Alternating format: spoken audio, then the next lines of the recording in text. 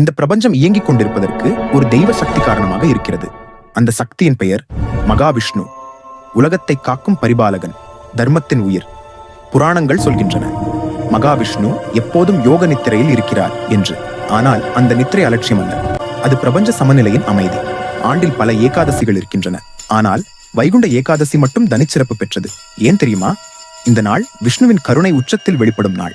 மற்ற நாட்களில் விஷ்ணு உலக பரிபாலகன், ஆனால் வைகுண்ட ஏகாதசி அன்று அவர் வைகுண்டத்தின் அதிபதியாக வெளிப்படுகிறார். அதனால்தான் அந்த நாள் மிகுந்த சக்தி பெறுகிறது.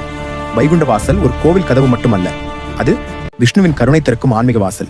இந்த நாளில் அந்த வாசல் பக்தர்களுக்காக திறக்கப்படுகிறது. சாதாரண நாட்களில் மனிதன் கர்ம விதிக்குள், ஆனால் வைகுண்ட ஏகாதசி அன்று கருணை விதி செயல்படுகிறது. பாவம் மெலிகிறது, கர்மபந்தம் தளர்கிறது. இந்த நாளில் மனிதர்கள் மட்டுமல்ல, தேவர்களும் கூட விஷ்ணு தரிசனத்திற்காக காத்திருப்பதாக புராணங்கள் சொல்கின்றன. அதனால்தான் இந்த நாள் தேவர்களுக்கும் அரிதானது. கலியுகத்தில் தவம் கடினம், யாகம் சிரமம். அதனால் விஷ்ணு ஒரு எளிய வழியை தந்தார்: விரதம், நாமஸ்மரணம், ஜாகரம். இதுவே வைகுண்ட ஏகாதசியின் பெரும் வரம். இந்த நாள் விஷ்ணு நித்திரை தவிர்க்கும் நாள். அவர் விழித்திருக்கும் போது பக்தர்களும் விழித்திருக்க வேண்டும். அதனால்தான் ஜாகரம். இந்த நாளில் விஷ்ணு கேட்பது ஒன்றே ஒன்று: நீ உண்மையிலேயே என்ன நினைக்கிறாயா? அந்த உண்மை நினைவு இருந்தால் அருள்தானாக வரும். வைகுண்ட ஏகாதசி உடனே மோட்சம் தருமா? இல்லை. ஆனால் மோட்சத்திற்கு செல்லும் வாசலை இந்த நாள் திறந்து வைக்கிறது. அதனால்தான் வைகுண்ட ஏகாதசி அன்று மகாவிஷ்ணு எல்லா நாட்களையும் விட சிறப்பு. அன்று அவர் பரிபாலகன் மட்டுமல்ல, கருணையின் கடல்.